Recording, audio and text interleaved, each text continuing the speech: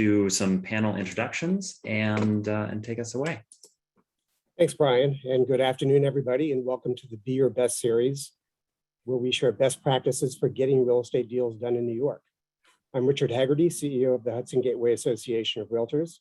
We're a not-for-profit trade association representing more than 13,000 real estate professionals in Manhattan, the Bronx, Westchester, Putnam, Rockland, and Orange counties.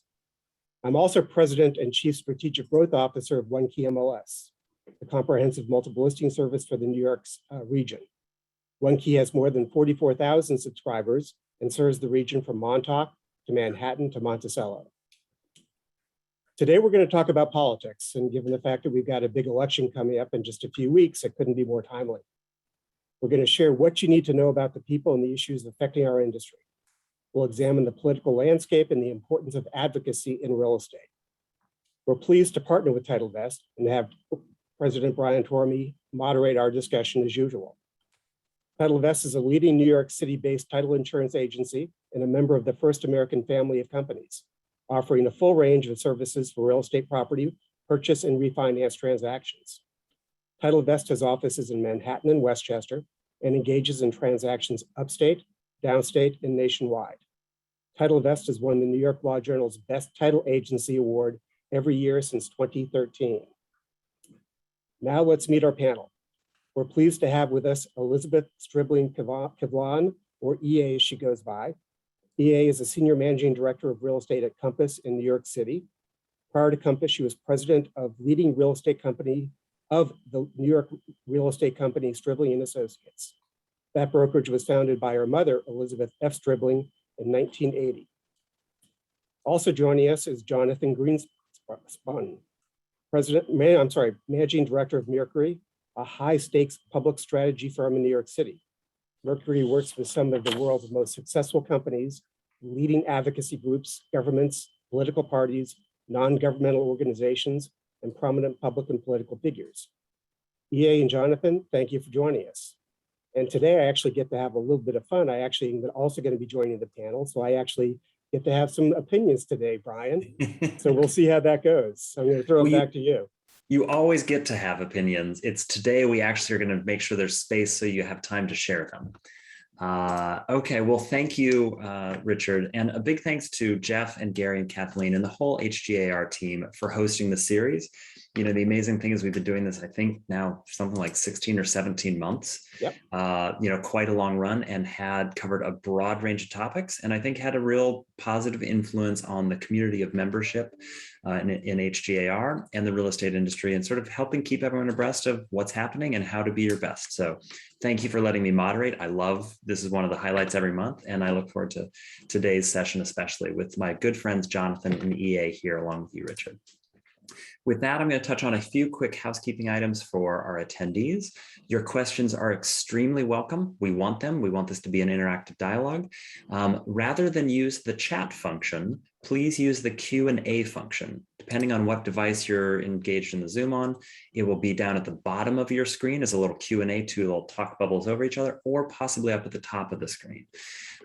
Please use that, submit your question, and I'll be working and reviewing the incoming questions and weaving them into today's conversation based on where they fit best into the conversational flow and sort of our agenda for the day. If you want to share your accolades or just an opinion or a shout out or something, you're totally welcome to use the chat for that. But if it's really like a question you want to go to the panelists, please put it in the Q&A function.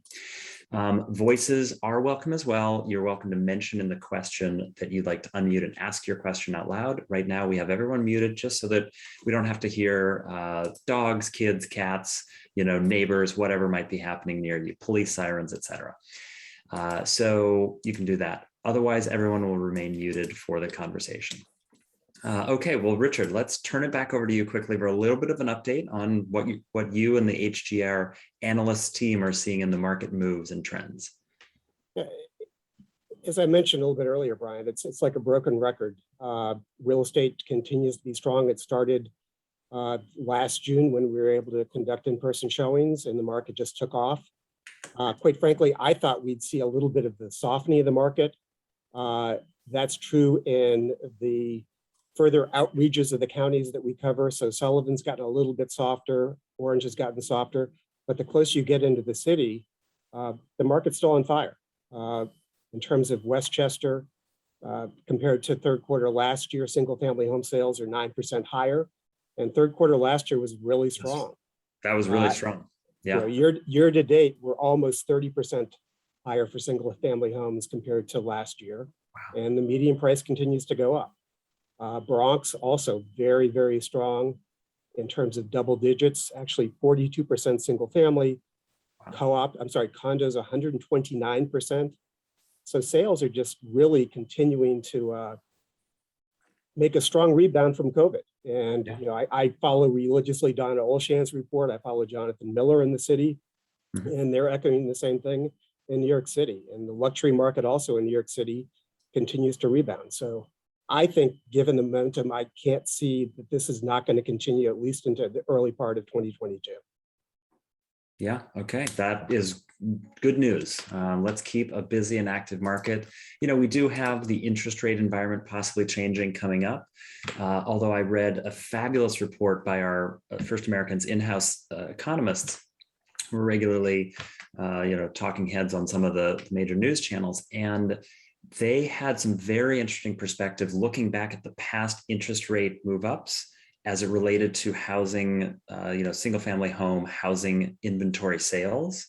And in most of the cases, the first few years as interest rates continued to rise, in nearly all the 7 examples they looked at in the last 25 years or something, maybe it's a little bit more than that, almost all the cases, the volume continued to do well for at least a year or two after the rates started rising. People were still trying to go in there and latch on and close on their property and make moves, even though rates were now a little bit higher than they'd been at for a while. So hopefully we don't see a slowdown that many people are referring to in 2022. Hopefully the music keeps going for a while. Well, with that, let's get into today's topic. We've got some very talented panelists here with us, and I'm really excited to hear them share their opinions on this important topic. So I think we're going to start first with a little bit of, some thoughts and commentary on what has happened in this last session that's impacting our real estate industry. And Jonathan, I'm going to start with you. You had a few different comments and things that have changed that maybe haven't already shown up on people's active daily radar yet, but are coming because of things that have already passed. Sure. Good afternoon, everyone. And thank you, Brian, for that introduction, and to Richard and EA. It's nice to join with you this morning. I'll just quickly introduce myself. I'm Jonathan Greenspun. I am, as mentioned before, the Managing Director at Mercury Public Affairs, where I oversee the government relations practice for the firm, primarily in New York City, although I do have colleagues and I also dabble myself in some Albany legislation and Albany related issues. Just a quick background, I spent a total of about 10 years in government, but at least 15 years in politics. I was a commissioner for Mayor Bloomberg, and where I ran his community affairs operation. And prior to that, I served as executive assistant to Governor Pataki, who calls home Garrison, where Brian is speaking to. I go to church with his daughter. You are one of the 4 people I know who live in Garrison. So anyway, it's nice to be with you this morning. Thank you for the question, Brian. Yeah, it was a very, very active session last year as it relates to real estate. And there were some pieces of legislation passed, and there were others that were introduced that did not pass, but all of which will have impact on the real estate industry. I'll just go through some of the highlights, starting with what was, and I think we are going to end up back at this piece of legislation several times throughout the discussion today. As many of you know, for those who are in the profession where you work off of brokers' fees that you take, for example, 1 year's percentage of 1 year's rent, you have no doubt been aware of what's been going on with the Department of State and their attempt, I should say, to interpret something in the 2019 legislation that basically said a landlord cannot take a fee from a tenant. Quite unexpectedly, in 2020, the Department of State interpreted that to say cannot take a fee from a landlord or a broker. even though the word broker was not mentioned in the legislation. Obviously, the industry went up into a frenzy. It happened in early 2020. The Real Estate Board of New York, among others, I think NYSAR as well, sued, and it went back and forth in the courts. But in August, after several appeals, the court basically decided that that was not in the spirit of what the law in 2019 said, and brokers, in what Richard has already alluded to, in an extremely hot rental market right now, have been able to reap the benefits of those fees without any concern of contravening the law. However, late in session, when I say late, I mean it happened over the spring. The session runs through the middle of June.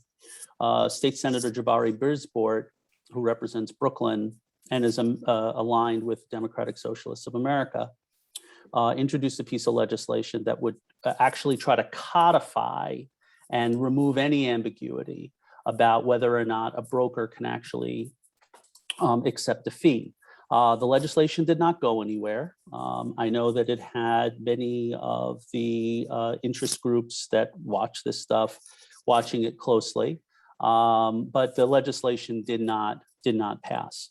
I have full confidence that there will be, frankly, especially after what is going on in the market right now, a full court press on the part of Jabari Brisport and sponsors in the Assembly to try to pass that piece of legislation. It's a longer conversation today as to whether or not I think it could pass. I don't think we have time to really go through all those machinations.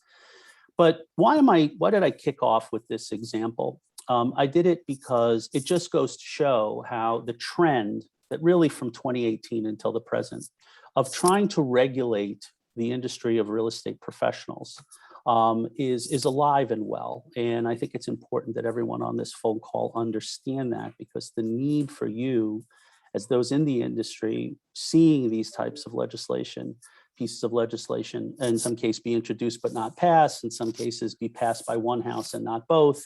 You need to be aware of this. And I'll just quickly tick off, and I don't want to take up too much time, but I'll just quickly tick off sort of where we left last year's session. So on the good news, there was Senate Bill 5105, which relates to grounds where no landlord-tenant relationship exists in a cooperative apartment. For those of you who are doing a lot of sales and co-ops, this actually helps you, because some of you might know that there was a piece of legislation that, well, in the 2019 laws, a lot of attorneys for co-ops were instructing their boards not to allow prospective tenants to put a year's maintenance in escrow because they felt that it violated those laws. Thanks to 5105, right now, a landlord-tenant relationship cannot exist in a co-op, and therefore you're going to start seeing more closings that use that solution. There's going to be some more training for people in your industry, and I personally think it's a good thing, and I would hope that you would embrace this, because we have unfortunately seen some bad actors in your industry engage in what is blatant racism and discrimination, and none of us want to ever see that. And the state Senate felt that it's probably time that real estate brokers and agents beef up on things like cultural competency, implicit bias training, and such. And so Assembly Bill 844 passed both houses. It has not yet been signed by the governor. Neither has 5105, I should mention. Requires real estate brokers to receive training in cultural competency. There's Assembly 4638, which requires real estate brokers and salespersons to receive implicit bias training as part of their license renewal process.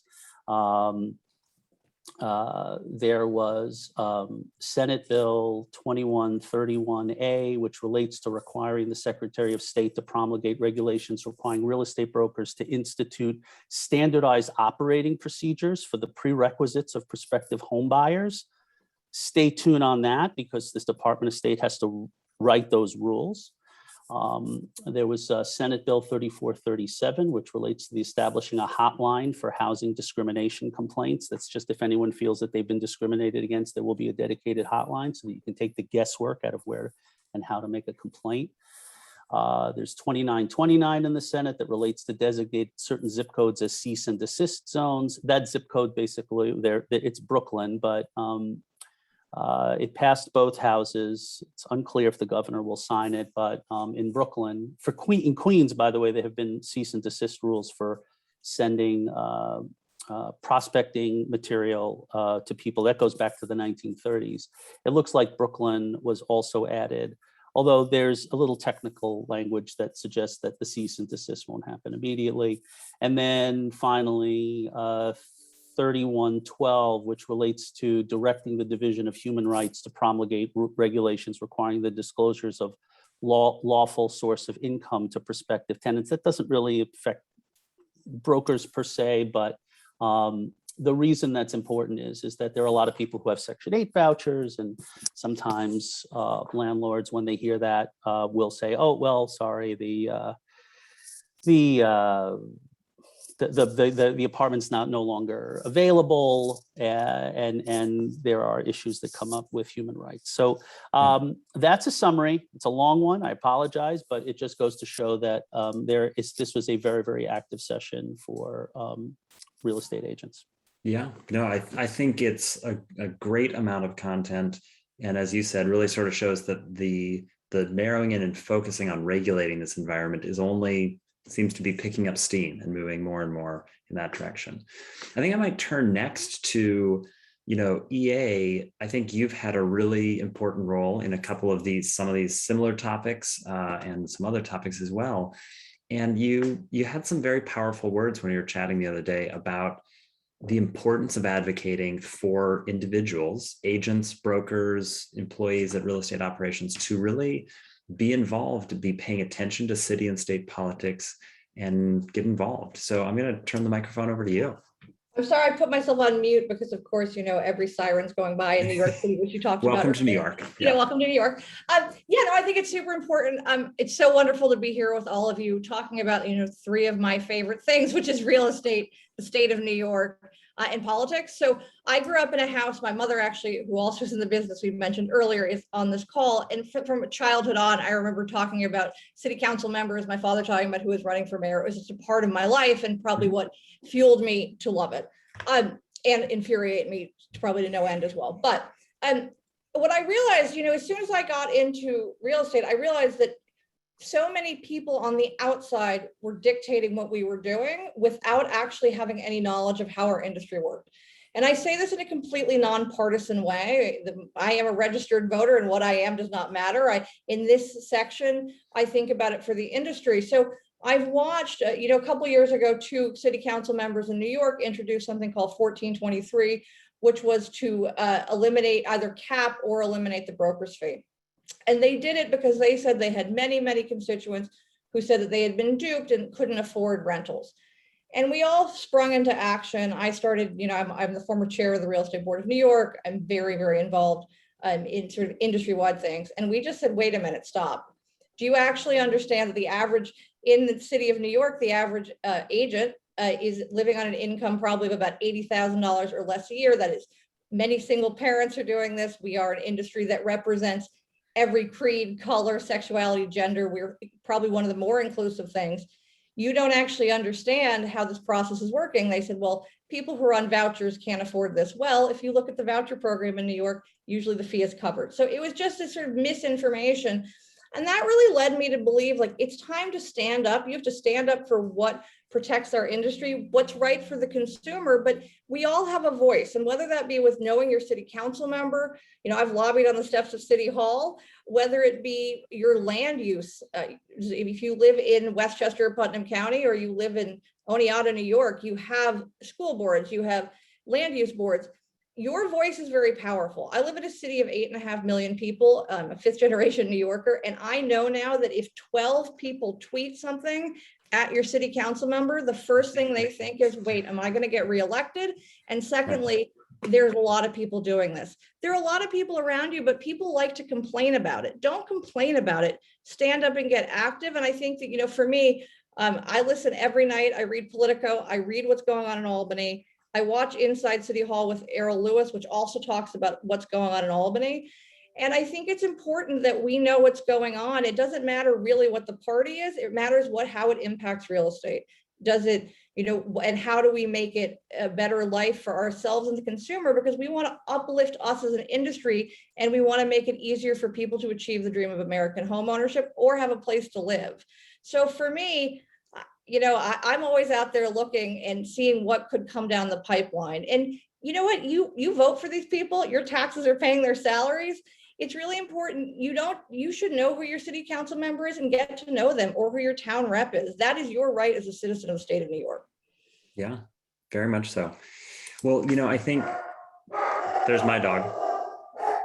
What I would say is, Jonathan, you had some commentary when we were chatting the other day on that intro 1423 and how quickly that the people coming together. And I ask you to sort of share like how powerful that can be and how quickly that can address these things.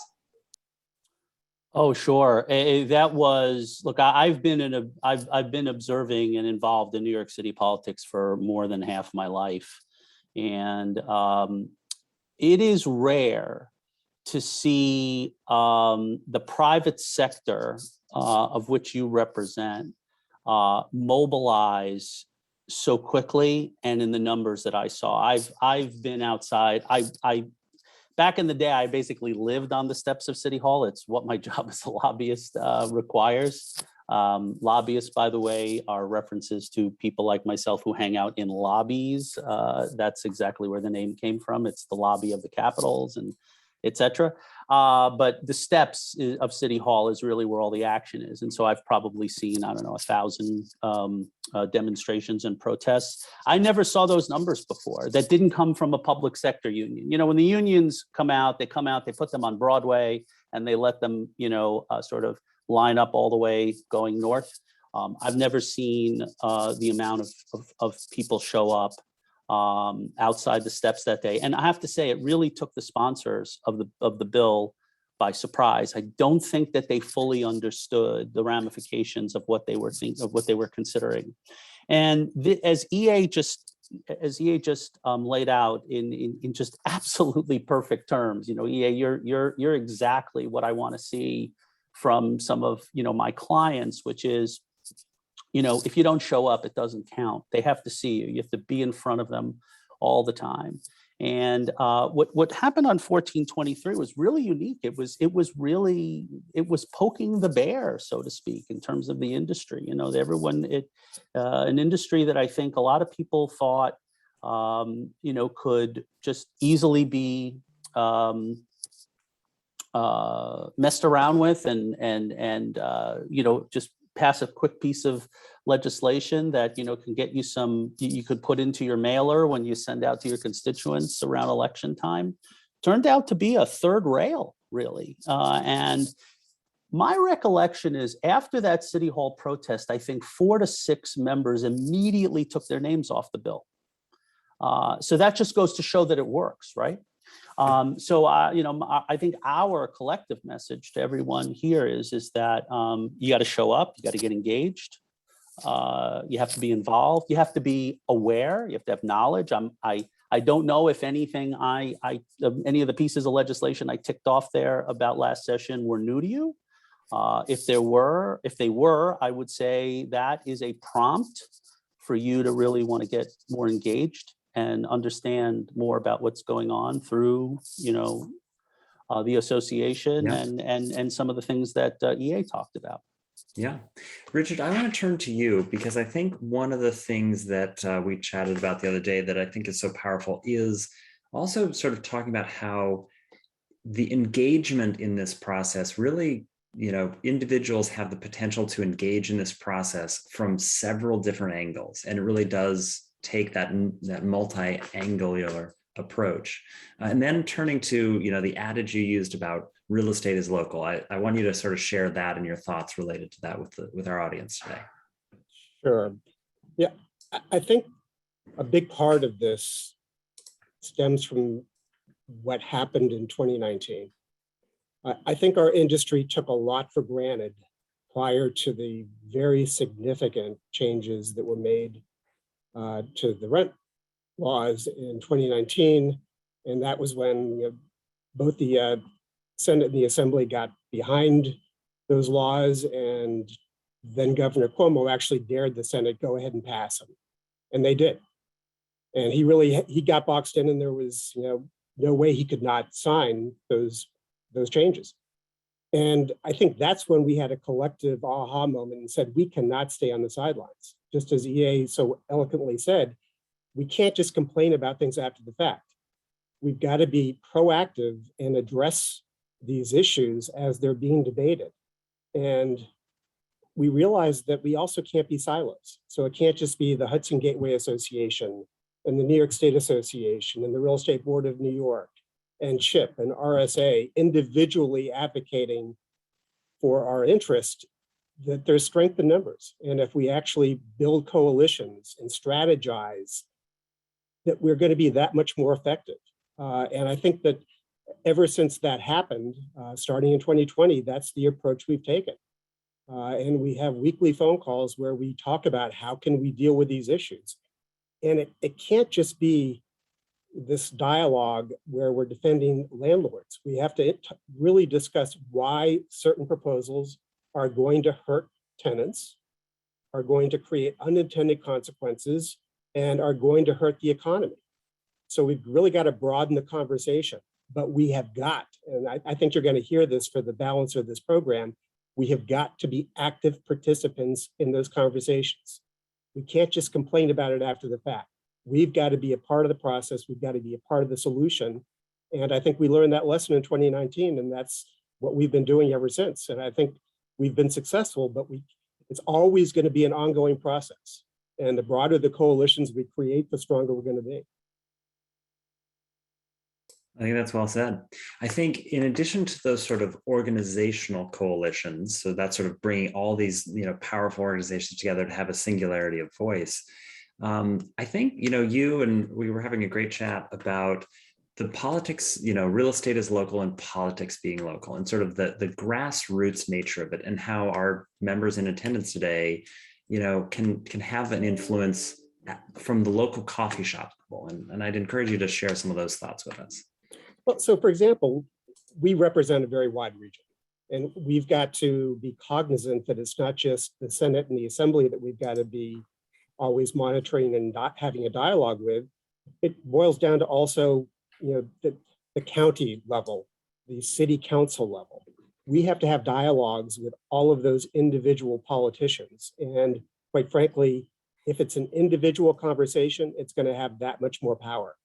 We were talking a little bit earlier before we started the program that I think Zoom has actually facilitated setting up and conducting those one-on-one conversations. And you'd be surprised at how open the politicians are, so long as you are first off engaged, you know your issues, so you're knowledgeable, and you don't go in there just complaining, that you actually are trying to find solutions. And sometimes that may involve compromise. Find out where the politician's coming from and try to get to the heart of the issue. But just as real estate's local, politics is local as well. And we've got to deal with these issues both at a state level, but also at a local level. We did have a very big victory in Westchester County that we've been fighting for almost 3 decades for co-op transparency legislation. And we did not have any success for year after year after year. And starting last year, we started to get traction. And we actually got comprehensive co-op transparency legislation passed at the county level in Westchester. We had already achieved that in Rockland as well as in Putnam. Sometimes you can take that collective local energy and keep on building on it. So you've got to have your ear to the ground at every single level of politics, quite frankly. Yeah, I think that's very well said. And EA, you had some thoughts, and I think you even commented a minute ago. What are some recommendations you have on how people can and should be paying attention to these issues and sort of finding out who their zoning board candidates are? Well, yeah, 100%. I mean, I often say this. I care about federal politics, obviously, who doesn't? But I care about the local politics far more. It's far more impactful to my life every day. Mm-hmm. one, I think and I'm not just saying this because we're on this call, like I would say this anyway, like get involved with your board. I'm also the broker for Compass Connecticut. I mean, it's important to me to know what's going on there. Get involved with your board because that's one, how you're going to learn. Even if you don't have the time to go to meetings, open the email every week. It's going to have all the information there.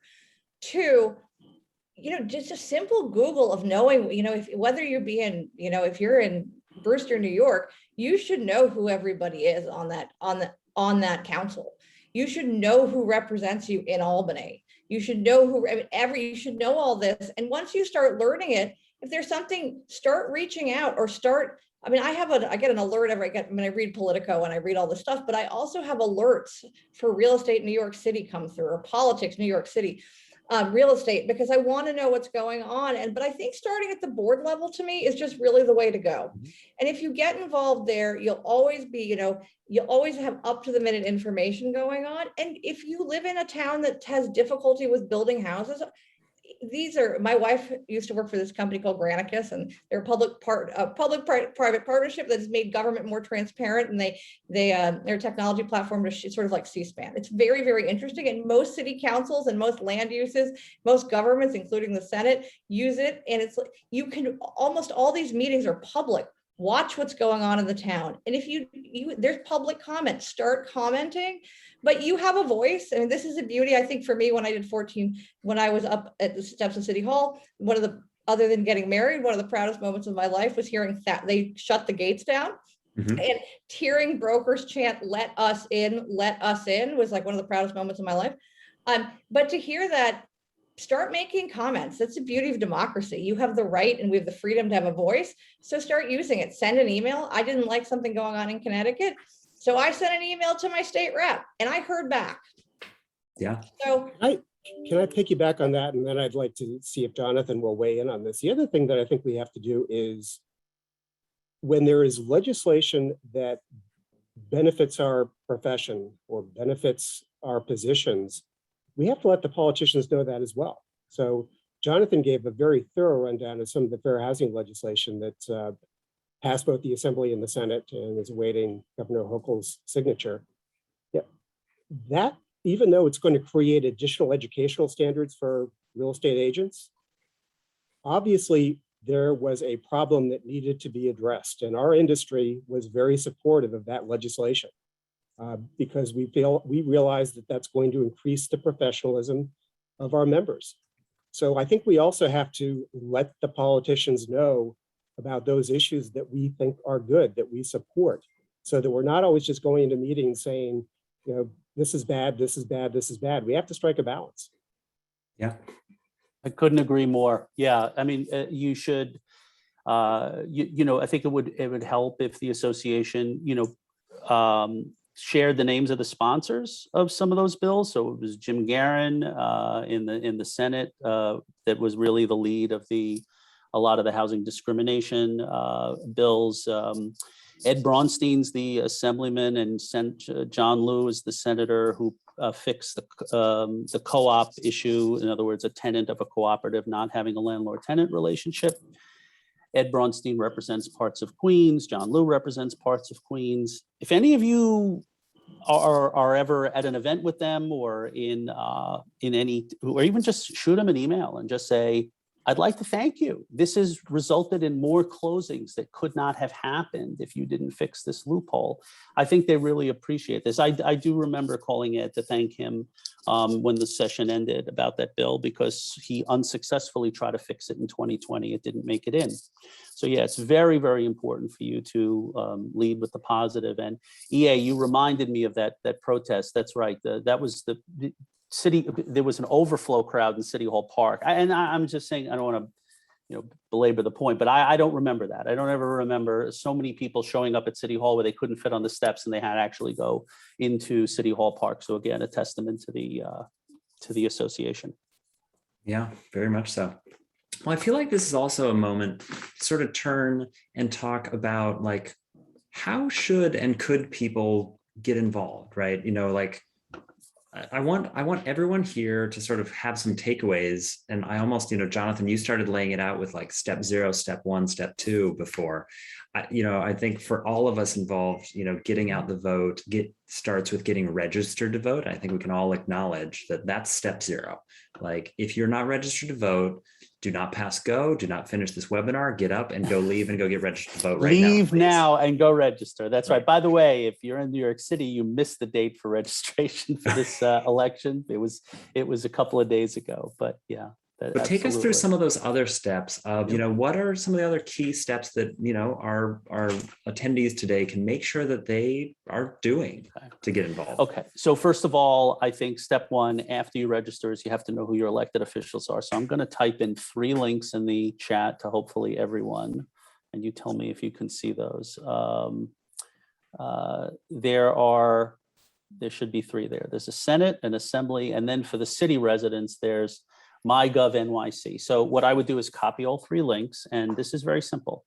Wherever you are in the state of New York, just type in your address, the address where you registered to vote, not necessarily where you might be living at this particular moment, and put in the address of where you are registered to vote and your state senator, assembly member, and if you use the Who Represents Me NYC, which is I think represented as mygovnyc.org, you will actually be able to find out your city council person as well, what community board you're in, as well as your state and federal representatives. So that's the sort of the immediate call to action if you are not already familiar with Who Represents You. Why is that important? It's important because you're going to have not just understand who they are, but you're going to have some direct interaction with them. And again, COVID notwithstanding, and whether or not their district's office are open or not, they all have email, and their emails are easily found on their website. And as EA has mentioned several times, they will respond. They absolutely will respond. Politics is a game where it's almost like the lottery. You got to be in it to win it. I know a lot of people have become very, very cynical of politics, and many of them want to have nothing to do with it. But as we've been talking about today, if you just check out from the political process, you're going to find yourself regulated out of existence. And I mean that. You really have to get involved, whether you're inclined to be involved or not. If something else was happening in the market, you would immediately adapt, right? Well, things are happening in politics, and you need to immediately adapt today, because they're going to, Albany's going to come back in January, and it's off to the races, right? You got a budget that the Governor Hochul's going to have to put out. April is where it's due. And then between April and the middle of June, you then have the second end of session, which is where pieces of legislation get passed. So you got to get involved. You got to get, you have to gain some knowledge about the system, but it starts with who represents you. Excellent. So we did have someone say they can't see the links. I can't see them either. Oh, I put them to all panelists and attendees, but I don't know if I should use a different one. That should work, but don't worry, everyone. We will email them out afterwards, because I think that's an even better place for people to access. Right, hold on. Maybe I didn't hit enter. There we go. Oh, there we go. Okay. Excellent. That works. All right. That works. Excellent.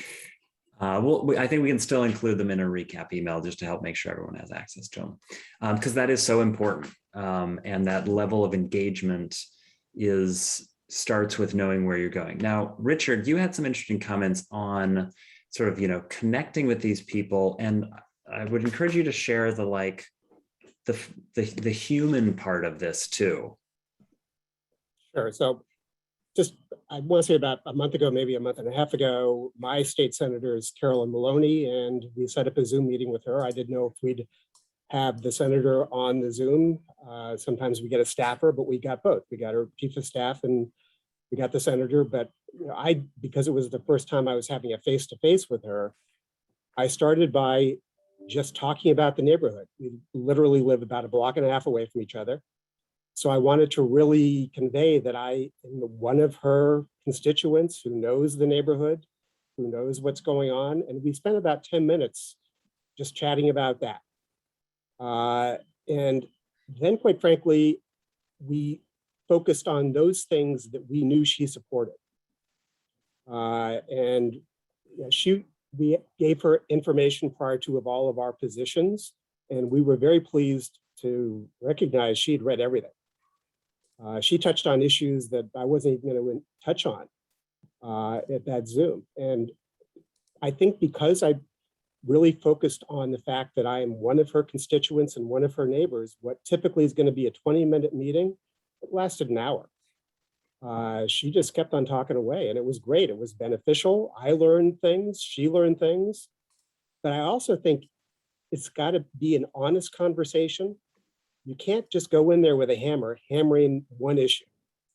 You've got to really have a productive dialogue where you go into the rationale as to why we have concerns over good cause eviction, for example.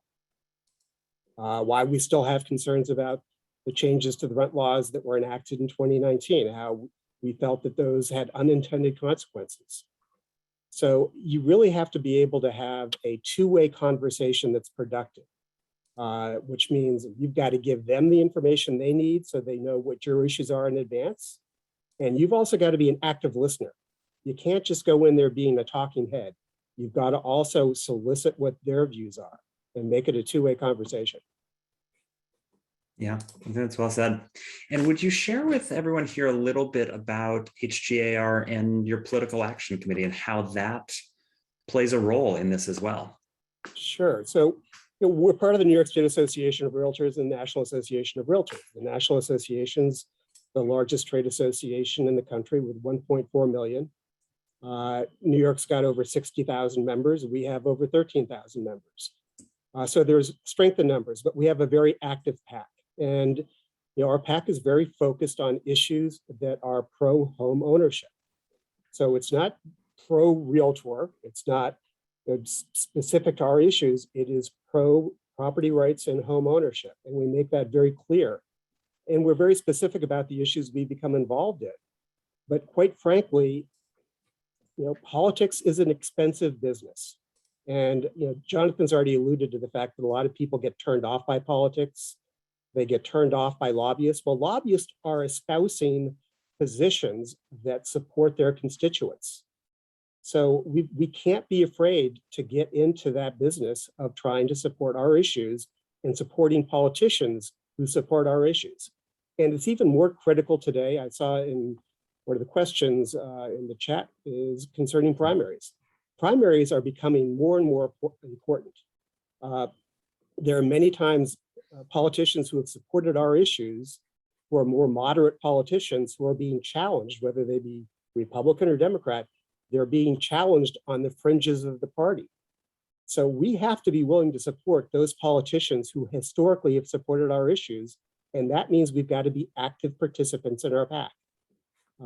In the case of the realtor organizations, it's the RPAC, Realtor Political Action Committee. And those monies help us significantly have dialogue with those politicians who support us. And that's the reality. We can't just complain about it. It is the reality. We have to be able to work in that arena, which means I can't emphasize enough, our members have to support our PAC. They have to support our PAC. Yeah, I think that's well said. Well, I want to turn to some of the questions that have come in. And one of them that came in from Elisier was Jonathan asking for your take on the Intro 2047, the criminal background check ban. Yeah, thank you, Eliezer, for the question. So my recollection is that bill dates back to last year, and it's laid over in committee, which means in layman's terms, it's kind of receiving a 10 count if you were on the canvas, but it doesn't necessarily mean it's over. I know there were a lot of sponsors. I think there were 26 sponsors. That means it's more than half that you need. Usually that many sponsors, it would often mean that it was almost certain to pass.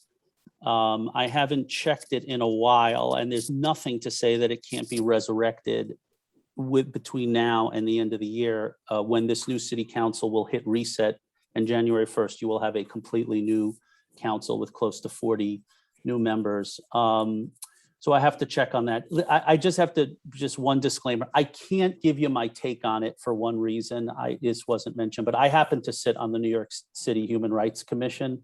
And so the reason I can't give you a take is, if it is passed, I might act, although I don't think I will be on the commission after the end of the year, because I've been on for about 6 years now, but I may have to actually vote on rules and regs. And so I don't want to jeopardize that. So I can't necessarily, I'm sorry, but I can't give you a political take on that. Totally makes sense. One of the other questions that Eleazar put forward was hearing if the winners of the city council primaries go on to win in the November elections, what are the odds of the city council enacting a co-op transparency bill? Well, there is a state bill that has been kicking around for years, and we talked about this. Richard and I discussed this the other day. It is 2846, I think. It's a Brian Kavanaugh bill that would basically establish a protocol for what happens when, for example, a board package is submitted. How many days would the board have to acknowledge its receipt? Then the question would be, how many days after that would you have to get a determination as to whether or not you were to accept it or not? That bill is unfortunately not going anywhere. I have a theory which I shared with Richard, which I think the sponsor is really just sort of, in this case, Brian Kavanaugh, who, by the way, like Congresswoman Carolyn Maloney, is going to face a primary challenge from a more progressive candidate. That bill is unfortunately not going anywhere. It's just, I've talked to the senator about it. I've talked to his staff about it. He says he gets a lot of heat from a lot of his colleagues who have a lot of co-ops in their district. But as Richard points out, and I'll let him speak for himself, that in and of itself should not really be a barrier as to whether or not you can institute what is the Wild West of processes into something that's just more uniform. Because I was a co-op owner for 10 years. That process was just painful, absolutely painful to go through on the buyer side. And I've sold one, which thankfully went rather smoothly, probably because my buyer came in cash. But it's just terrible that this bill has been held up. So what Eleazar might be talking about is Brad Lander had a bill that went nowhere, which would mandate that a co-op would have to give you the reason why you were rejected. But that's not going anywhere. I don't think that bill really saw the light. Can I interrupt for 1 second? I thought Brett Kavanaugh's bill has that as well. I thought it does. Yeah, it does. It does. I mean, I just want to quickly say it for me in the residential side of New York. This has been in my view for so long. I'm just waiting. I mean, our whole feeling, and most of us, I think, would say we're just waiting for it to come to fruition. I'd be hard pressed to think that New York City wouldn't have it. I know it's coming from the state, but I could be hard pressed to think New York City in the next 5 years wouldn't have something like this. So EA, wouldn't you agree though that part of the problem is the process of purchasing a co-op has stigmatized co-ops? 100%. I mean, I think that's why you see, I know you talked about some great reports. I think we do a great report too, by the way, Richard. So I'm going to make sure you get on my data report list. I think that's why you see a discrepancy. I mean, remember, New York City, majority of New York City is rental housing, but of the owned housing in New York, 65% of that is co-op apartment. The discrepancy between the average price of a co-op and an average price of a condo gets bigger and bigger and bigger. One, people don't want to go through the process. Two, they don't know if they're going to get turned down. And I think it's frustrating for people. And I think it can be frustrating for co-op shareholders who don't get what, the price they want out of it. It's a system that we are very, very used to, but transparency is important. I mean, I think that if we've learned anything in New York State, fair housing is important. As a member, I mean, people have said horrible things to me in the past, and I want to be able to buy a home because I can afford it and I get to live there and create a house with my wife. not because I fit a profile. And I think it's important that we have, home ownership. You need security. And it's important that people be able to buy. So I think I think that the co-ops, the numbers really just show what's going on. And I think that, it would be nice to have, that gap lessen. And that to me would be a way to see that come to fruition. And it shouldn't be such a scary process. Yeah. I'll add one piece in from sort of like a numerical statistical point on the value delta between co-ops and condos is the closing costs on co-ops. Even if you go get a title insurance policy, Eagle 9, which some do, some don't, but even with title insurance and all the things, because of the mortgage tax non-applicability and the other closing costs tend to be so much lower that normally in a normal economic model would actually increase the value of a co-op relative to real property where your closing costs, because those dollars at closing have a meaningful impact in your buying power. And so the economist would say, well, that co-op should be here relative to the condo. And yet it is interesting, EA, and I think you're right in your analysis and perspective that like that gap has only done this, it's only stretched a bit. And I do think my personal opinion is it comes back to issues like this.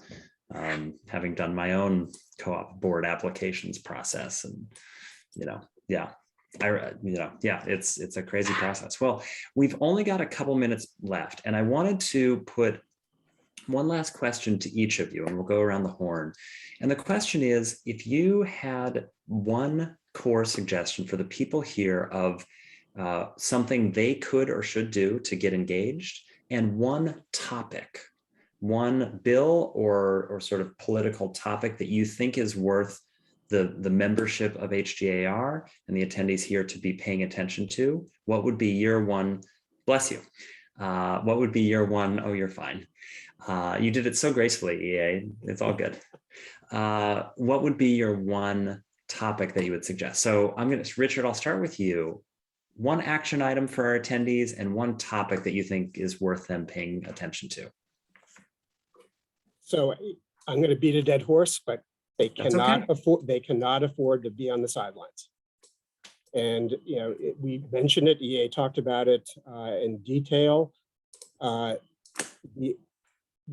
frustration and anger that the brokerage community showed on the steps of City Hall when that proposal to cap real estate commissions, I think, was a moment of awe for politicians. They didn't anticipate that, and we have to be able to have that type of mobilization when we need it. We have what we call to actions. I know they have them in the city. We have them for federal, state, and local issues. We only do it when they're vital. And our members have to be able to participate, be active participants. From me right now, the big issue is good cause eviction. And that, from my perspective, is not just a landlord-tenant issue. And by the way, and Jonathan, you may be able to weigh in on this, but New York already has the strongest tenant protections, from my perspective, of any state in the country. So, we are already coming from a position of strength when it comes to tenant protections. But good cause eviction actually strikes at the rights of property owners. It really is a property rights issue. And if folks get a toehold in that regard, who knows where it could go? Because the advocacy from the other side who are pushing for good cause eviction, many of those folks do not believe in private property rights, and they've gone on record saying that. So we have to always be very careful, but from my perspective, that is the most important issue right now because of the ramifications that it has. Just for the benefit of everyone, in case they don't know, good cause legislation would basically give the tenant the right to renew. It would basically give them an inherent right to a renewal lease. And so what you couldn't do was, after the lease expired, raise the rent, bring in someone else, which would obviously be catastrophic to the rental market for sure. Yeah. And to the co-op market, I would think too. I think that one would bleed over. Can I give my quick answer, Brian? Yes, before I was going to say you're already unmuted. So everyone has to certainly watch good cause legislation. Everyone has to, for those who were interested in the increase in more housing. A 421A, which is a tax abatement that allows developers to build, is up for, it's going to expire, and it's going to be up for discussion in the legislature. I want to go back to sort of the knowledge is power theme that we've been discussing. All of you should be, I know you probably get a lot of industry newsletters in the morning. I know I get a bunch of real estate ones because I just happen to be interested in the topic, but the political ones you should be getting are city and state morning reads. They're also called first reads and last reads. If you do as EA does, if you're a loyal if you're a viewer of New York One, you could see me on Monday nights. I'm on Consultants Corner, usually once a month, little plug there. But yeah, New York One is a great local news station that covers a lot of the topics we're talking about. But go to cityandstateny.com and sign up for their first read. And they have a real estate newsletter as well that you could subscribe to. A lot of it's the stuff that you like, right? It's closings, it's all kinds of stuff. The Real Deal, I think, has excellent political coverage. So if you're already a subscriber, that will help as well. But these are things that you should really, don't just skip them in the morning because you got 1,000 other things to read. Like, you really want to read this stuff. You want to read about things that are happening, bills that are being sponsored, because this does a very, very good job of documenting a lot of the change that you're seeing. So, okay, well done, sir. Thank you. I EA. think for me, I have I've never missed a primary. I think that if you want to get involved, start voting in primaries. It's probably more important in some ways than the actual, you've gotten to the election, you got a lot of voices. I have a book behind me that you're going to see in almost any political interview you see in New York State. I've actually read the book. I mean, if you really want to understand how politics impacts real estate, I suggest reading The Power Broker by Robert Caro about Robert Moses. I read it during COVID. It's 1,200 pages. It's a lot, but it really shows how how politics is impacted. I mean, the entire sort of infrastructure of downstate. And I think and also talks about Albany. I think it's really important to read because it really gives you a sense of like what you're up against and like what we can do and how there are a lot of people in that book who stopped a lot from happening with their voices. So I highly suggest reading it. I'm sorry, because it takes a long time. But for me, the most important things, I think you need to watch any legislation that impacts your right to make an income. You work very hard. You're not, you pay for your health care. You have to keep food on the table. You have to have electricity. There are a lot of things, this is not reality television. There's a lot of very hardworking people who are supporting their family. And New York is a very expensive state to live in. And I think that it's we have to work hard, we have to be fair, and we have to hold ourselves to that standard, but we need to stand up for what you're worth on an hourly basis, on an annual basis, and show that we deserve what we make so that we can provide for our families and continue to live in the Empire State. Agreed. So well said. Great closing statement. And thank you, EA, Richard, and Jonathan, for your time today. I think we have had a fabulous conversation, and I feel sort of proud. I think that we've got some attendees who are both here today and the people who are going to watch this later, who are hopefully going to go engage more in this process. And I think, as you said earlier, EA, it's a democracy and our voice is so important. And if we are just waiting and complaining later, that's not how the system is set up to work. So thank you, Gary, for putting up on the screen. Here's everyone's contact information. We encourage people attending to reach out to us. We're all here in the business of connecting with good people. And we look forward to hopefully speaking with you all. And Jonathan, we'll see you on Monday nights on television. And Richard and EA, I look forward to seeing you around the various neighborhoods of New York. Thank you again for being here. And thank you, HGAR, for continuing this series of Be Your Best. Thanks, everybody. Thanks, everybody. Thanks.